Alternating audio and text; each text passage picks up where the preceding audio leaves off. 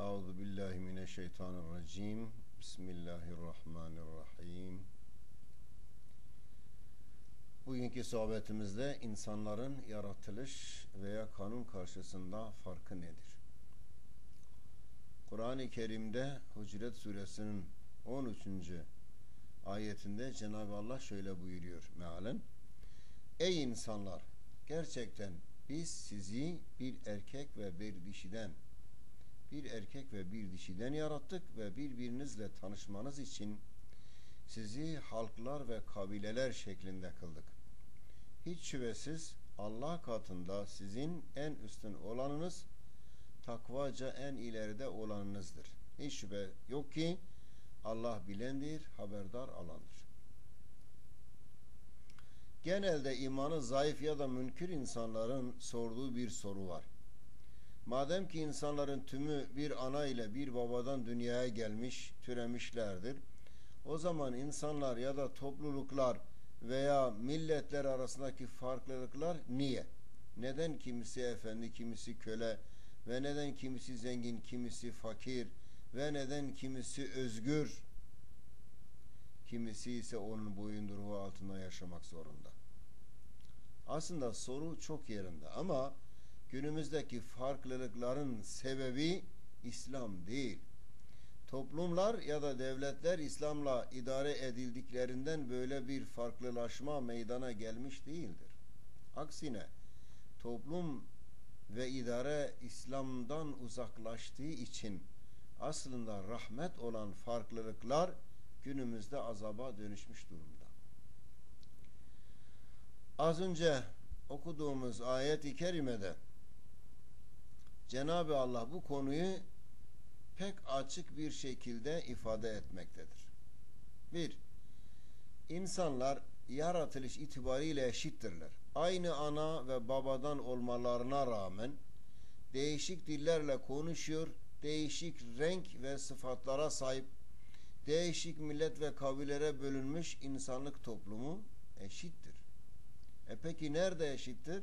Yaşamda, insan haklarında, ırkının ve kabilesinin özelliklerini muhafazada, dilini kullanmada, İslam'a uygun kültür, örf adetlerini yaşama ve korumada ve buna benzer insan yaşantısıyla ilgili bütün konularda insanların tümü eşittir.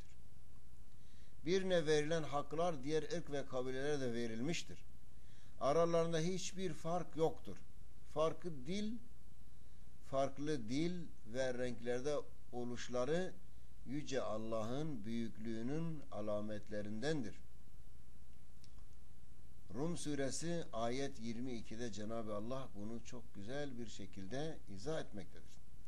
Çok renklilik ve çok kültürlülük rahmettir, zenginliktir, çeşitliliktir, mozaiktir. Yeter ki insanlar bunu dürüst bir şekilde kullanabilsinler. Yeter ki insanlar Allah'ın ayetlerinden olan farklılıkları rahmet olarak algılasınlar. O farkları tanısınlar. Farklılıklar parçalanarak birbiriyle çatışmak, çekişmek, dağılmak, birbirinden ayrılıp kopmak için değil, hele üstünlük taslayarak birbirini boğazlamak ve bir kısmını efendi, diğer kısmını köleleştirmek için değil, aksine birbiriyle tanışıp kaynaşması içindir. Tanışmak, bir ırk diğer ırkın rengini, dilini, kültürünü tanımasıdır. Tanışmak, bir ırkın diğer ırkı en az kendisi gibi bilmesi, ona saygı duyması, kendisine, ırkına, milletine istediğini, arzu ettiğini ona da istemesidir. Kendisine reva gördüğü her şeyi diğer din kardeşlerine de reva görmesi, kendi veya ırkı için istemediği hiçbir şeyi diğer ırklara da istememesidir. Burada kısmen bahsettiğimiz konularda Müslüman veya gayrimüslim arasında fark yoktur. Çünkü ayet ey insanlar diye hitap etmekte. Ey Müslümanlar veya ey müminler diye hitap etmiyor. Evet, insanlar yaratılış itibariyle eşittir ve eşit haklara sahiptir dedik. Ne yazık ki bazı ırklar zamanla değişik şekilde yaratılmayı, farklı temellere dayandırarak kendisinden ayrı olanları farklı gören, hatta kendisinden daha aşağı gören zihniyetlere sahip oldular. Bu da dünyada büyük zulümlere, işgallere, hak hukuk ihlaline sebep olduğu gibi müminlerde inanç üzerinde de olumsuz etkiler yaptı. Ben farklıyım, ben iyiyim, ben hizmet edilmeye layıkım, ben herkesten daha cesurum, ben efendiyim, başkası benim kölemdir zihniyeti Kur'an'a tam ters düşen zihniyetlerdir. Kimileri belki de farkında olmayarak bu konuda küfre kadar yakınlaşıyorlar.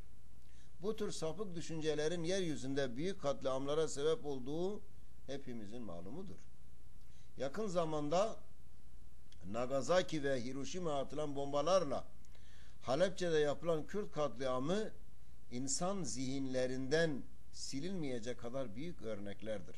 Örnekler sadece bunlar mı? Değil tabi.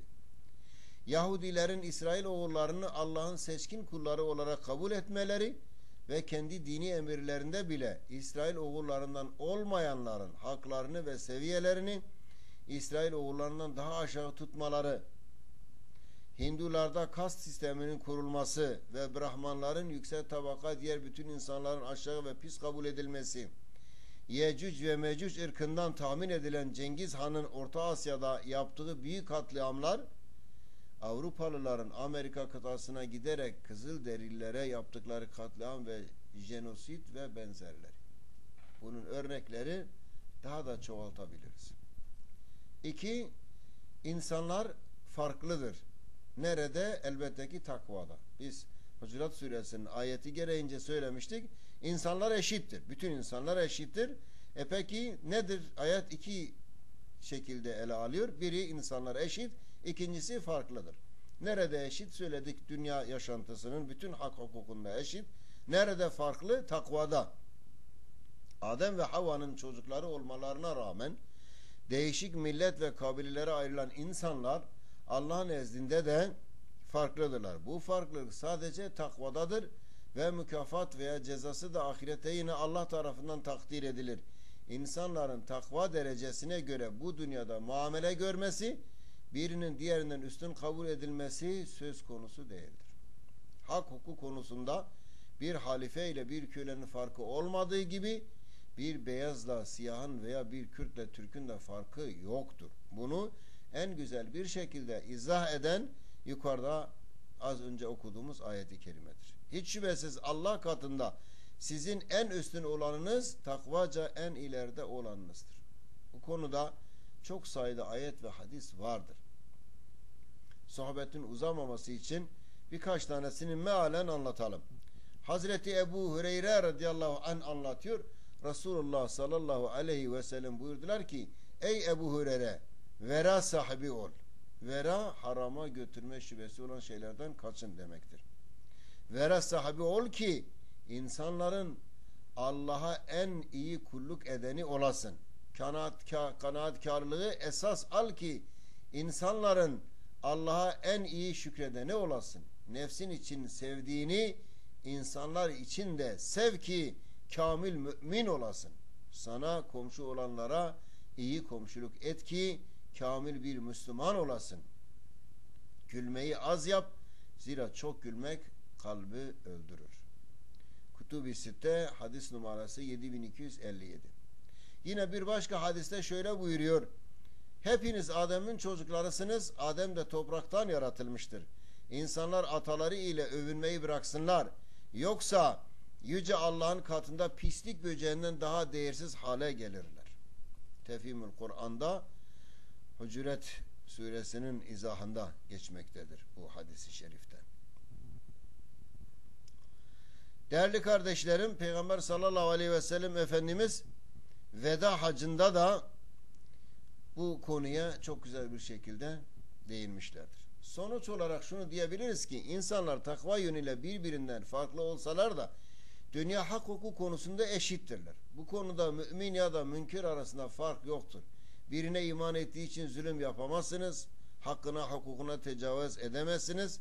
Sizin ırkınızdan olmadığı için kimseyi hor göremezsiniz. hakkını gasp edemezsiniz. Kısacası şudur, insanların hepsi Adem ile Havva'dan yaratılmışlardır.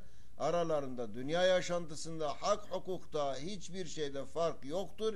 Herkes aynı hakka eşittir ama takvada birbirinden üstün olmak mümkündür. Onda mükafatını ancak Cenab-ı Allah verecek.